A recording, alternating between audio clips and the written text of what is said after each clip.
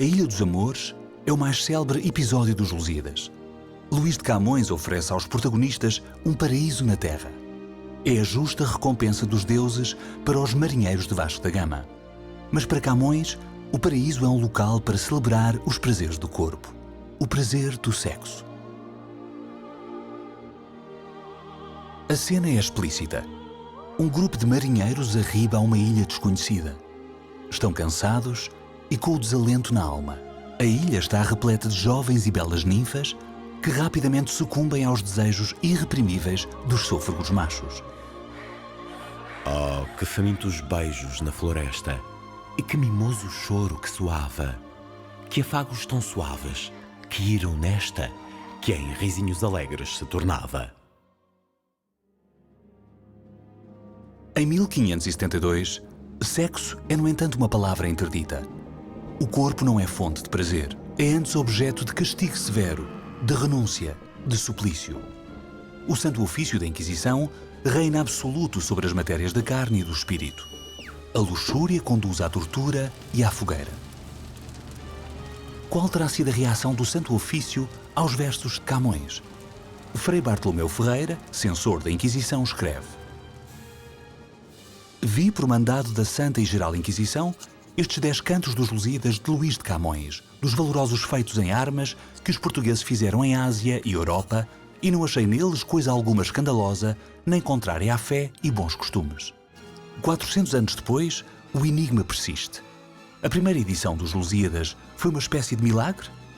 O que permitiu a Camões obter da Inquisição um parecer elogioso para blasfémias tão provocadoras. 10 de junho, o único feriado nacional que celebra o aniversário da morte de um poeta, Luís Vaz de Camões. É oficialmente o Dia de Portugal e Camões é o poeta oficial da pátria. Os Lusíadas é a sua Bíblia definitiva.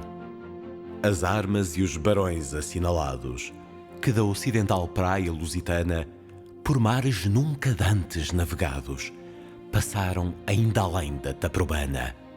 Poucos são os portugueses que não conhecem os primeiros versos dos Lusíadas. Mas quantos conhecem a obra de facto? Olhar para alguém lendo os Lusíadas num espaço público convoca uma ideia de estudo e dever a cumprir. É um livro que se lê por obrigação, porque se trata de uma obra difícil? Sem dúvida. Mas também porque os Lusíadas têm sido usados como peça central no projeto de construção da identidade nacional. E a obra de Camões remete involuntariamente para o universo de um nacionalismo anacrónico fora de moda. Pode ser usado e tem sido usado para bandeira não importa de quê. Sei lá, de da democracia ao fascismo. E nós vemos isso, por exemplo, no século XIX, é tão importante para liberais como para legitimistas, é tão importante depois para a propaganda republicana como para a reação monárquica a essa propaganda, é tão importante para a Primeira República como depois para o Estado Novo. Foram os republicanos a instituir o 10 de junho como feriado municipal de Lisboa em 1910. Mas seria o Estado Novo a decretar o Dia de Camões como feriado nacional. Que me será concedida havendo coisas de alguma importância a dizer. Ao falar de Camões, é difícil chegar ao escritor original sem dar de caras com o que fizeram dele, um símbolo nacional. Será impossível falar dos Lusíadas apenas por aquilo que são, em primeiro lugar, uma das obras-primas da literatura mundial? Uma das razões pelas quais os Lusíadas se afirmam logo como uma obra-prima e foi a razão principal para logo ser Camões considerado o príncipe dos poetas portugueses, depois o príncipe dos poetas da Península Ibérica no seu tempo e um dos maiores da Europa, é porque ele ao mesmo tempo, sendo uma epopeia, é uma epopeia que é ao mesmo tempo um canto de exaltação e um canto já de crise. Os Lusíadas foram publicados em 1572, no final de um século prodigioso. A ação acompanha a histórica viagem realizada por Vasco da Gama à Índia em 1497. Ao mesmo tempo, descreve a grande aventura dos portugueses desde a fundação da nacionalidade. Mas ele está a escrever quase um século depois, 70 e tal anos depois disso ter acontecido. E Portugal mudou, entretanto. E está em crise. Portanto, ali a aura do canto imperial começa a empalidecer e, por outro lado, a própria visão do homem já não é tão confiante, tão exaltante como a que seria próprio de um poema puramente renascentista. Para o Portugal contemporâneo e periférico, é difícil imaginar o que será estar no centro do mundo. Mas no século XVI, o mundo era literalmente dos portugueses. Metade do mundo, para ser exato. As coroas portuguesa e espanhola tinham, por iniciativa própria, repartido entre si os dois hemisférios do globo. E os portugueses esticavam-se temerários de uma ponta à outra da metade que lhes coubera. De África tem marítimos assentos. É na Ásia mais que todos soberana. Na quarta parte nova os campos ara. E se mais mundo houvera, lá chegara. Era um momento da história em que todas as possibilidades estavam em aberto. O avanço científico e tecnológico dos portugueses sustentava fabulosas ilusões de grandeza. Garcia de Horta expressa-o de forma exemplar. Digo que se sabe mais em um dia agora pelos portugueses do que se sabia em 100 anos pelos romanos. No contexto de tal realidade histórica, era natural a tentativa de celebrar em literatura os feitos da nação. Camões é um homem sem imaginação. Sem imaginação. É um homem que não precisa de imaginar. A realidade para ele dá-lhe matéria completa para fazer a espantosa lírica, que para mim é muito superior à épica. Mas a língua portuguesa era ainda rude e vulgar. Na corte, entre 1501 e 1536, as peças de Gil Vicente representavam-se em castelhano. As aulas eram dadas em latim, a língua erudita. A primeira gramática portuguesa data apenas de 1536. Os portugueses tinham-se afirmado como nação imperial, mas faltava à língua portuguesa idêntico prestígio no plano internacional. E o poema épico representava o mais alto desígnio a que uma língua podia aspirar.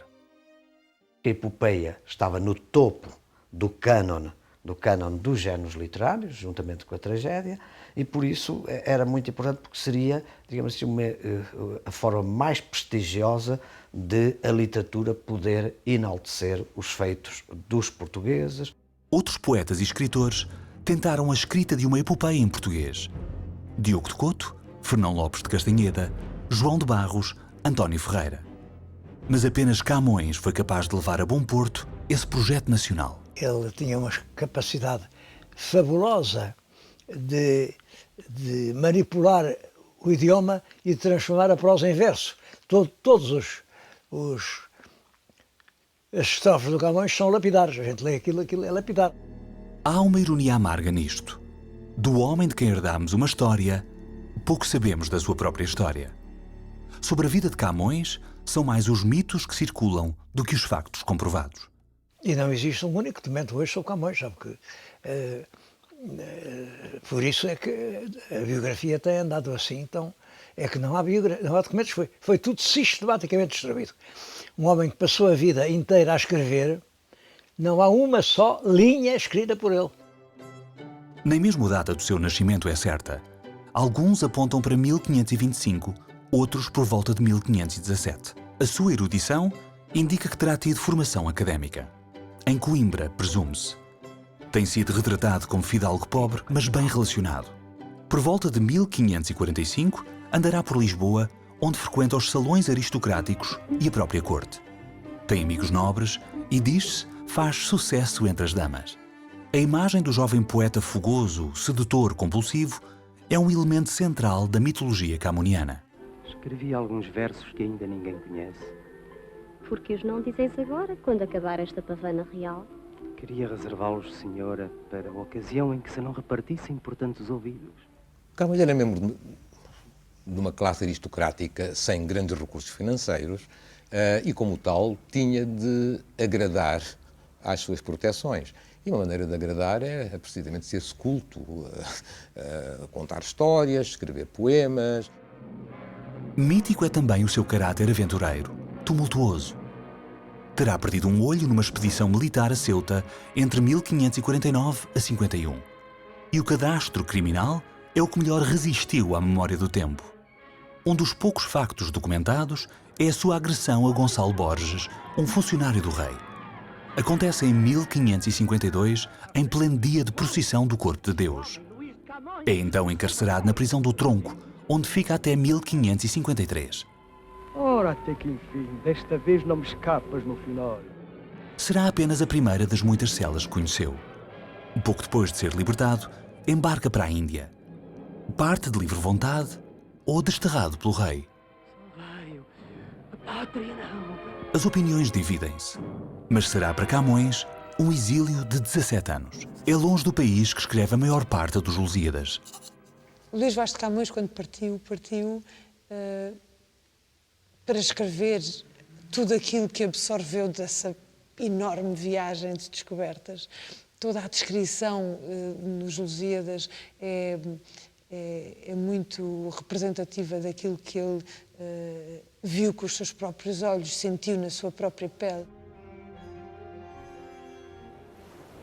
Já no largo oceano navegavam, as inquietas ondas apartando. Os ventos brandamente respiravam, das naus as velas côncavas inchando. A ação dos Lusíadas inicia-se com a armada de Vasco da Gama, já perto do seu objetivo. Mas não tem forma de o saber. O mapa para a Índia é apenas uma folha em branco. É nesse momento que Júpiter reúne os deuses no Olimpo. Devem decidir o que fazer em relação aos destemidos marinheiros que vêm, cometendo o duvidoso mar num lenho leve. Vênus, deusa do amor, é a grande aliada dos portugueses. São um povo de sangue quente e paixões intensas. Será celebrada onde quer que cheguem. Baco é o principal antagonista e tudo fará para impedir que as naus cheguem à Índia. Quanto à mitologia, ela vem, por um lado, dar um plano de alegoria do sentido e garantir-lhe, digamos assim, outra elevação e outra perenidade. Por outro lado, era uma forma de Camões estruturar de outra forma a composição da narrativa. São os deuses pagãos que comandam toda a ação dos Lusíadas. No entanto, é ao deus cristão que Vasco da Gama implora proteção. Divina guarda, angélica, celeste, que os céus, o mar e terra senhoreias, porque somos de ti desamparados, se este nosso trabalho não te ofende, mas antes teu serviço só pretende. O convívio natural entre o maravilhoso pagão e o maravilhoso cristão é um dos truques narrativos mais eficazes da obra. Baco dirige os portugueses para sucessivas armadilhas na ilha de Moçambique e depois em Mombaça. É Vênus que protege Vasco da Gama e conduz as naus até Melinde. Aqui encontram um porto de abrigo onde podem descansar. O acolhimento do rei de Melinde é bem-vindo. A viagem por mares nunca antes navegados dura há demasiado tempo. Decorreram largos meses desde a partida de Lisboa a 8 de junho de 1497. Sabe-se que Gama irá atingir a Índia quase um ano depois, a 9 de maio de 1498. Entretanto, Camões aproveita esta pausa para iniciar uma outra viagem. Uma viagem no tempo. O rei de Melinde pede a Vasco da Gama que lhe conte a história de Portugal e a sua aventura marítima. Eu acho Camões é um gênio. O que eu queria perguntar, como é que ele podia ter na cabeça tantos conhecimentos para nós hoje, mesmo com a obra na mão, mesmo com a biblioteca ao lado, mesmo com a internet à nossa frente, nós precisamos fazer muita pesquisa e é impossível memorizar tantos conhecimentos. Ele tendo estado tanto tempo fora, sem bibliotecas, sem acesso a coisas, as referências que ele faz são tão exatas, tão precisas, e são tantas e tão complexas, que ele tinha de ter aquilo na memória, com certeza.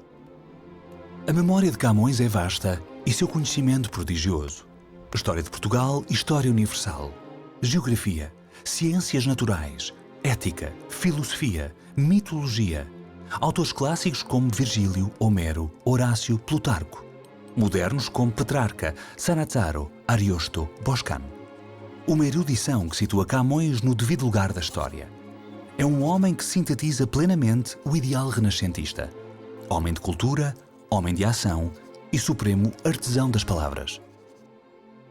Nem me falta na vida honesto estudo, com longa experiência misturado, nem engenho, que aqui vereis presente, coisas que juntas se acham raramente. É o herói que reconcilia os feitos das armas e a escrita.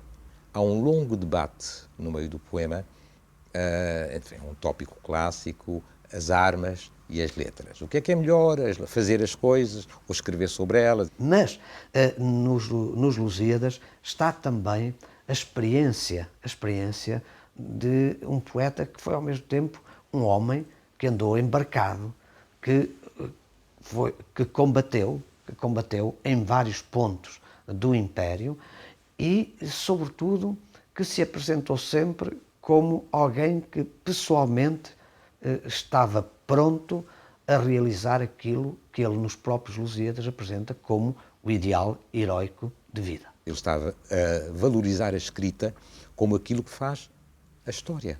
A história é feita de palavras e não de feitos. Os feitos morrem. O que perpetua os feitos é a escrita. Vasco da Gama narra a história de Portugal ao rei de Melinde. Pela voz do seu protagonista, Camões dá às principais figuras da história nacional a dimensão mítica dos grandes heróis da antiguidade clássica. Sem um Homero e sem um Virgílio, não há nem Aquiles, nem Enéas. Quem faz os heróis é quem escreve sobre eles. Cesse tudo o que a musa antiga canta, que outro valor mais alto se levanta.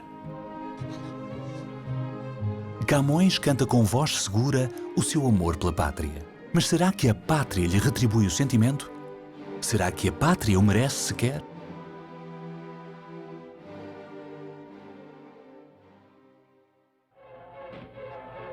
Nos Lusíadas, Camões cruza a dimensão épica dos feitos de armas, das batalhas, da conquista do território, com o retrato íntimo da tragédia amorosa. O mundo bruto dos homens, um mundo de morte e violência, contrasta com o impulso amoroso, a pulsão de vida do universo feminino. E no confronto direto é inevitável.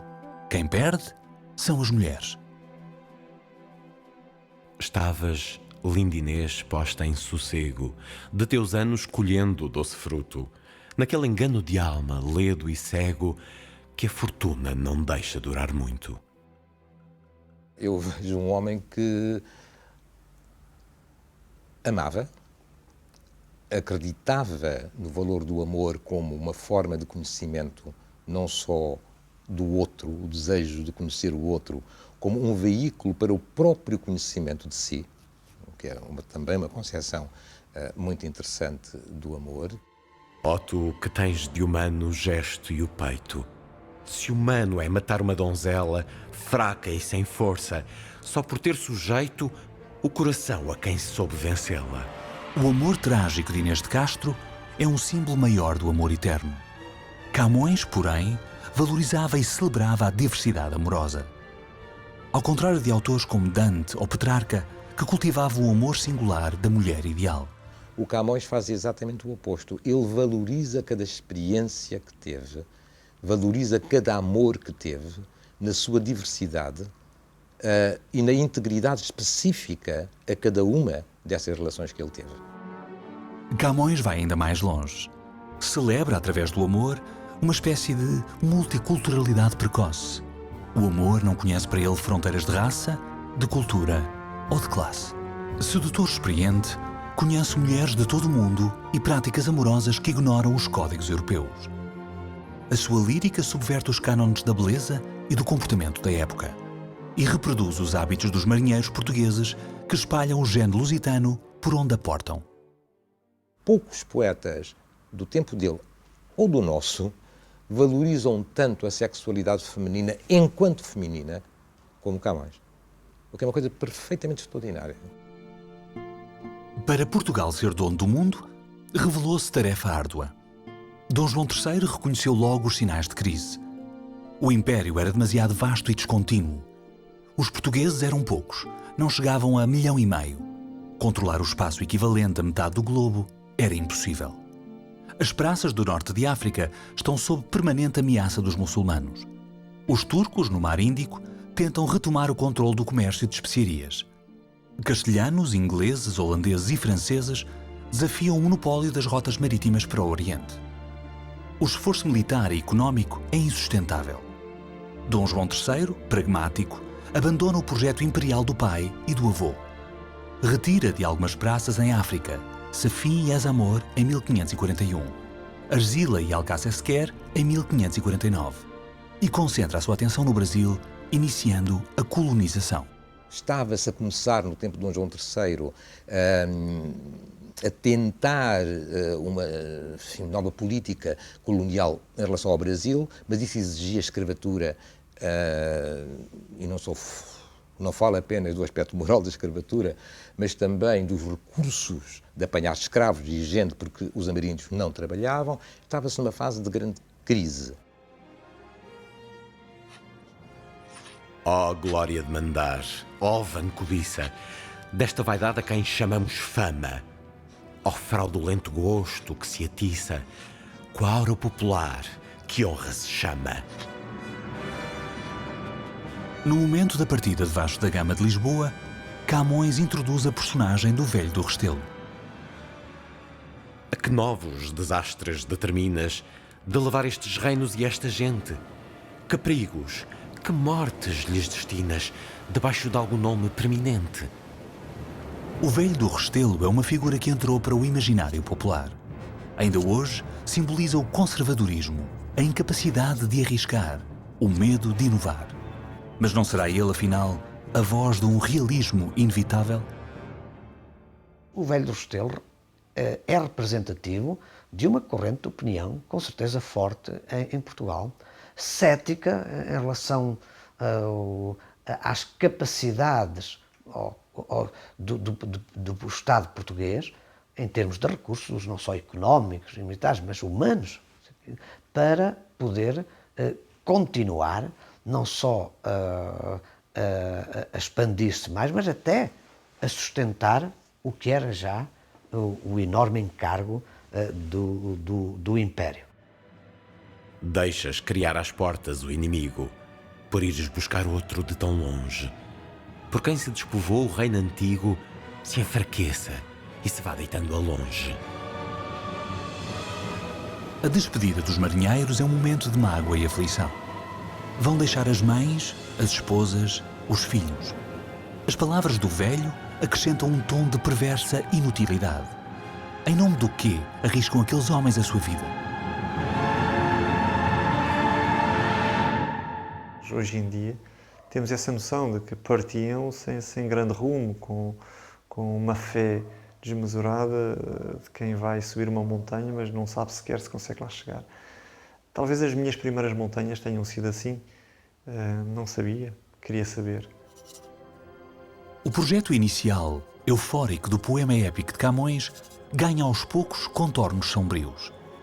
As palavras do Velho do Restelo refletem a opinião do poeta? O que sucedeu a Camões para mudar o seu ímpeto original?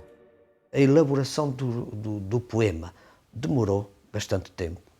Ele se há situado, grosso modo, entre 1555 e 1570, se não mais tempo, e que provavelmente, ao longo dessa elaboração, com esse decurso do tempo, o próprio poeta, Luís de Camões, foi sofrendo uma evolução nessa sua relação com o mundo e, em particular, nessa sua visão do destino dos portugueses. Terminada a sua narrativa, Vasco da Gama também retoma a viagem. O rei de Melinde cede-lhe um piloto que conhece bem a rota da Índia. O destino de Gama está próximo, mas antes de o alcançar, terá de enfrentar uma última e definitiva tempestade. Baco convocara os deuses do céu e do mar para sepultar nas águas os portugueses. Agora sobre as nuvens os subiam, as ondas de Neptuno furibundo. Agora a ver parece que desciam, as íntimas entranhas do profundo. Vênus intervém de novo. As suas ninfas seduzem e acalmam os ventos furiosos. O caminho de Gama está livre e a armada em breve vê recompensado o esforço da longa viagem. Chegam por fim à cidade de Calcut, na costa ocidental da Índia. Entrando o mensageiro pelo rio, que ali nas ondas entra a não vista arte, a cor, o gesto estranho, o trajo novo, fez concorrer a vê-lo todo o povo.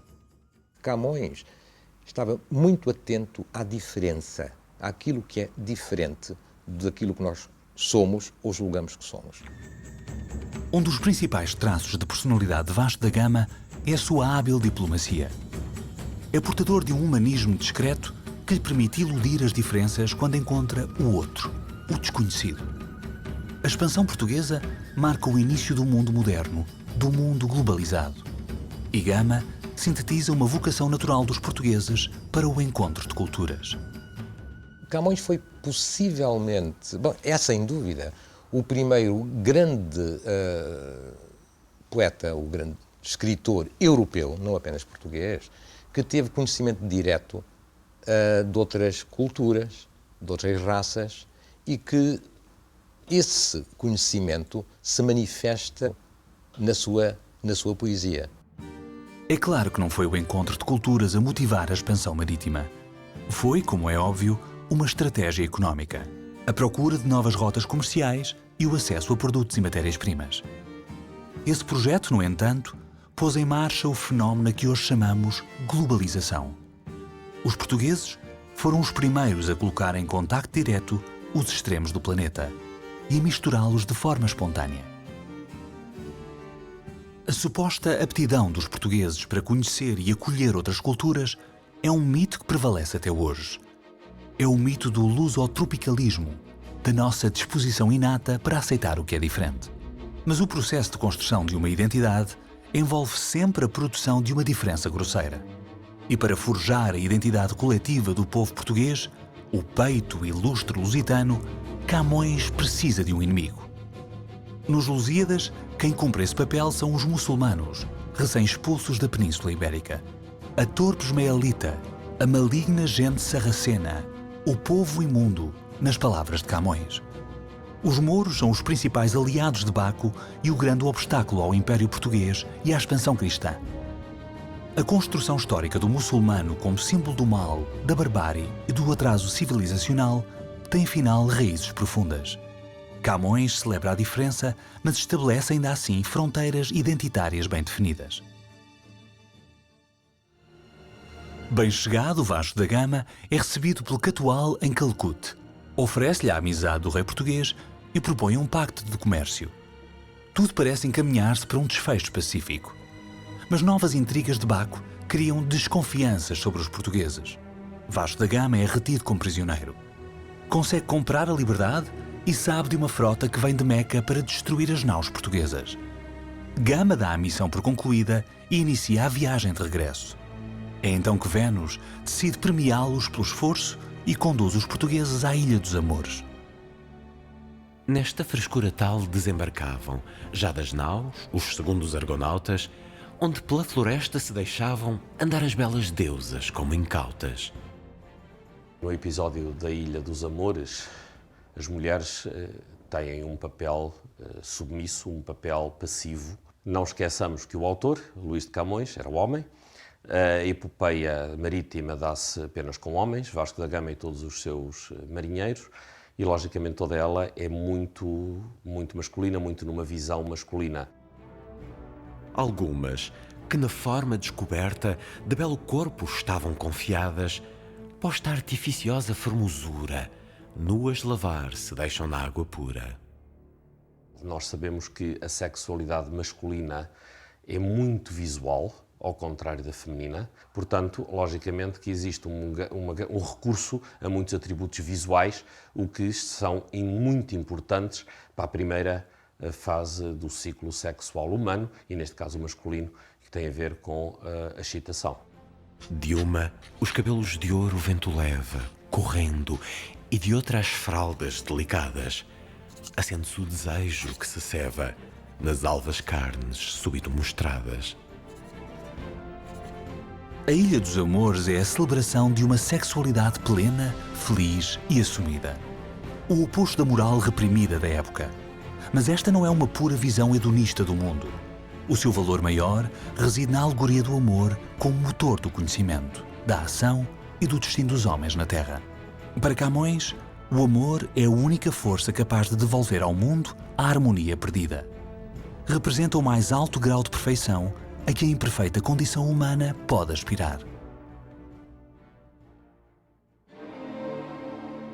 Em 1553, Camões está em Goa.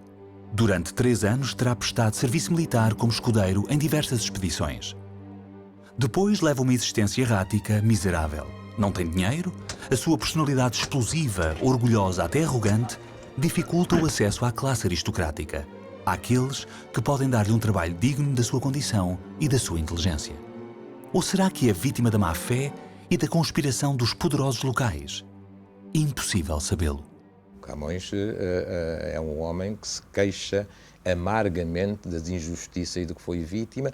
Muitas das injustiças foram causadas, enfim, por atos dele, que era tudo menos um cidadão bem comportado, era um malandrão de toda a espécie.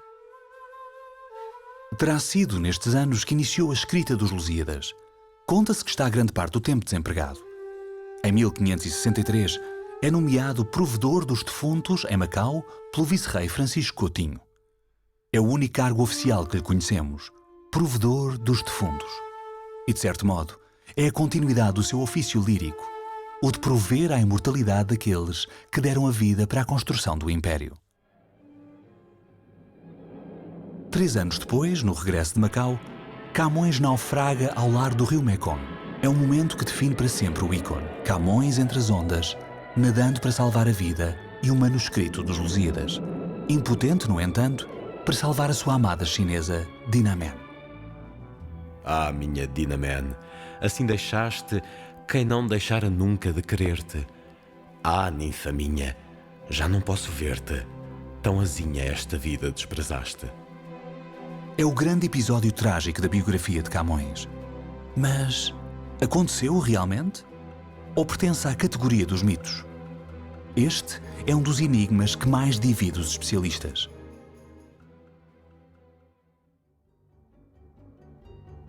Voltamos a encontrar Camões pela referência do amigo Diogo de Couto, em Moçambique.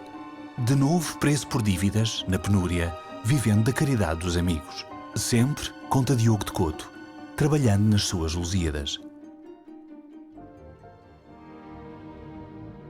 Mas, ó cego, eu que cometo insano e temerário, sem vós, ninfas do Tejo e do Mondego, por caminho tão árduo, longo e vário, vosso favor invoco que navego por alto mar, com vento tão contrário, que se não me ajudais, hei grande medo que o meu fraco batel se alague cedo.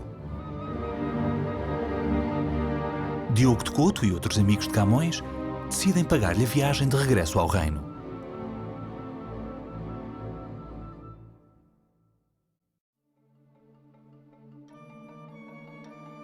Lisboa, 1570.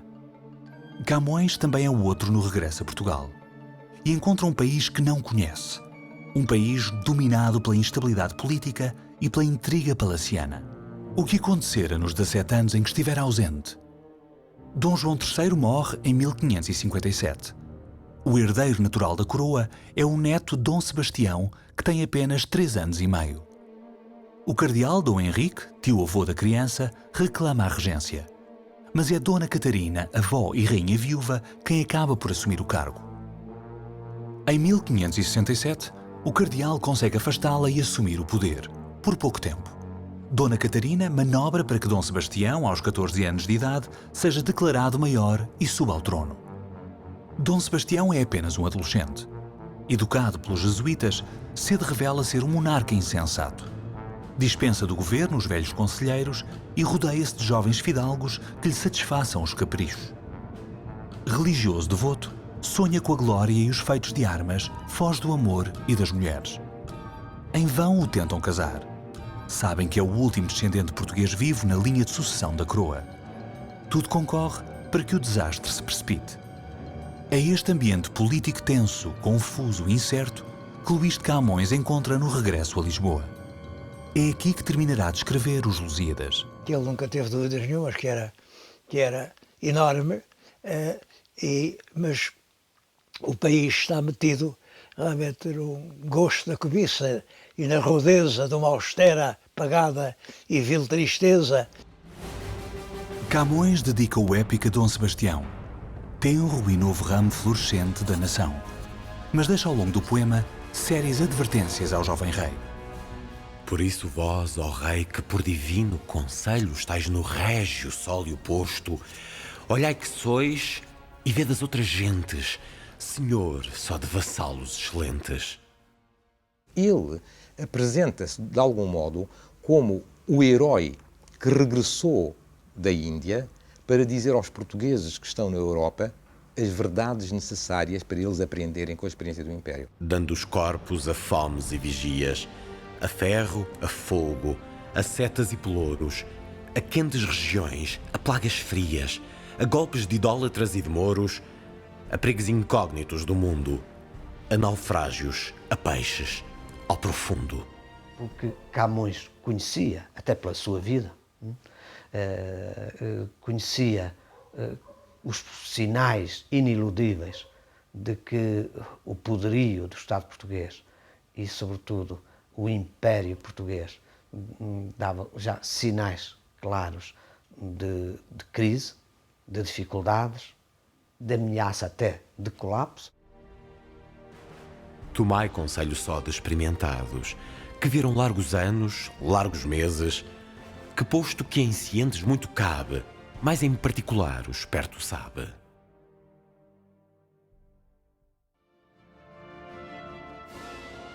Em Lisboa, Camões prepara a edição da sua obra. Consegue o alvará do rei. Falta-lhe apenas passar pelo crivo da Inquisição. A epopeia está repleta de passagens potencialmente sacrílegas. A Ilha dos Amores é apenas uma delas.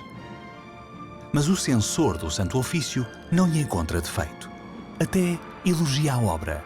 Escreve o seguinte: como isto é poesia e fingimento, e o autor, como poeta, não pretenda mais que ornar o estilo poético, não tivemos por inconveniente ir esta fábula dos deuses na obra. E por isso me pareceu o livro digno de se imprimir, e o autor mostra nele muito engenho e muita erudição nas ciências humanas. A obra tem um óbvio valor literário e ideológico como épico nacional. Mas há, talvez, outros interesses políticos por trás da sua publicação. Os dois irmãos Câmara, influentes conselheiros do rei, governam como déspotas à rédea solta. Dom Sebastião entrega-lhes a maior parte dos assuntos do Estado. Ninguém se atreve a contestá-los, mas são odiados por muitos. Pensa-se que Camões lhes tece várias críticas ferozes. Oh, quanto deve o rei, que bem governa, de olhar que os conselheiros ou privados, de consciência e de virtude interna e de sincero amor sejam dotados. O cardeal Dom Henrique é adversário político dos Câmara e é também o inquisidor-geral do reino. Poderá ter sido ele a intervir diretamente para aprovar a publicação da obra de Camões? O que é extraordinário, como é que o Santo Ofício elogia um livro daqueles, cheio de alusões e até de pornografia, porque o canto nono, com a Ilha dos Amores, é uma coisa de uma intensa sensualidade que a Inquisição nunca deixaria publicar, nunca deixaria. Mas ali realmente fizeram o frete ao cardeal e o livro saiu. A obra teve certamente algum impacto quando foi publicada. Em 1580, apenas 8 anos depois, já circulam em Espanha 2 traduções integrais dos Lusíadas. Milagrosamente, livres também da censura eclesiástica. No plano literário, os deuses parecem favorecer o poeta. A recepção em Espanha foi estrondosa e Camões teve grande influência em toda a literatura castelhana. É bem conhecida a referência de Miguel Cervantes ao famoso Camões no seu Dom Quixote de La Mancha. E em Portugal? Bom, é preciso compreender que o maior sucesso editorial do século XVI é uma obra de Frei Heitor Pinto chamada Imagem da Vida Cristã. É um guia prático para a condição humana e determina que a perfeição está ao alcance de quem deixa as coisas humanas pelas divinas e se entrega a Deus em holocausto e perpétuo sacrifício. Estamos muito longe da Ilha dos Amores. Camões está, porém, muito próximo do ideal cristão de entrega a esse perpétuo sacrifício. Nos últimos anos de vida, está fisicamente debilitado e outra vez em apertos financeiros. O rei atribui-lhe uma renda anual de 15.000 réis. A pensão que ele recebeu não tem nada a ver com a obra literária. É uma pensão pelo serviço militar. João de Barros, por exemplo, recebia uma pensão anual de 200.000 réis. O valor pago a Camões é metade do salário de um pedreiro ou de um carpinteiro.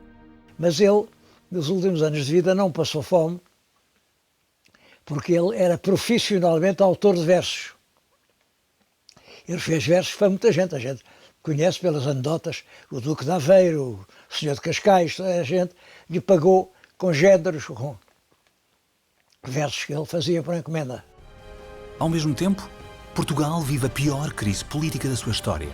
Em 1578, Dom Sebastião morre vítima da própria insensatez na Batalha de Alcácer Quibir. Não tem descendentes. O cardeal Dom Henrique assume mais uma vez o trono, mas é velho e não assume descendência. É apenas uma questão de tempo até que a coroa passe para as mãos do legítimo herdeiro, Filipe II, rei de Castela. Em 1580, na morte do cardeal, a unificação dos tronos da península cumpre enfim um velho sonho de Castela e de alguns portugueses. Luís Vaz de Camões morre a 10 de junho do mesmo ano. Morro com a pátria é a frase mítica que lhe é atribuída. Não há muitos dados sobre a sua morte, mas alguns historiadores afirmam que o corpo terá sido lançado em vala comum e que é impossível saber se os despojos do seu túmulo oficial são realmente os seus. O poeta não chega a assistir à chegada a Lisboa de Filipe II, já Filipe I de Portugal. Consta, no entanto, que este terá perguntado por Camões, o príncipe dos poetas. Sabe então que morreu e mostra sincero lamento. A troco dos descansos que esperava, das capelas de louro que me honrassem, trabalhos nunca ousados me inventaram, com que em tão duro estado me deitaram. Camões não foi um homem feliz, no sentido convencional ou no sentido burguês do termo. Foi uma alma torturada, sem dúvida nenhuma. Podemos dizer que o Camões é já um poeta do desconcerto do mundo e que se considera ele próprio uma vítima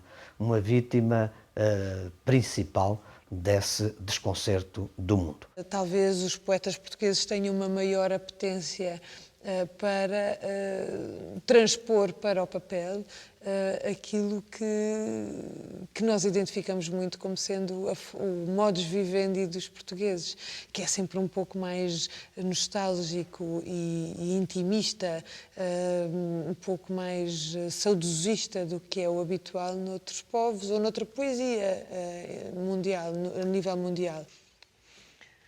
Perdigão, que pensamento subiu em alto lugar, perde a pena de voar, ganha a pena do tormento, não tem no ar nem no vento asas com que se sustenha, não há mal que lhe não venha, Perdigão perdeu a pena.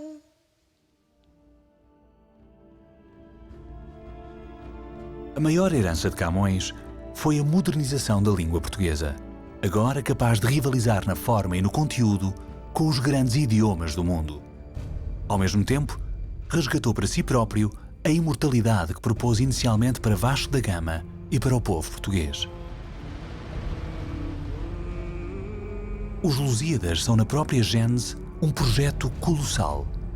As condições em que Camões escreveu a obra são, por si só, uma epopeia literária sem equivalente. Não é apenas uma Bíblia da pátria.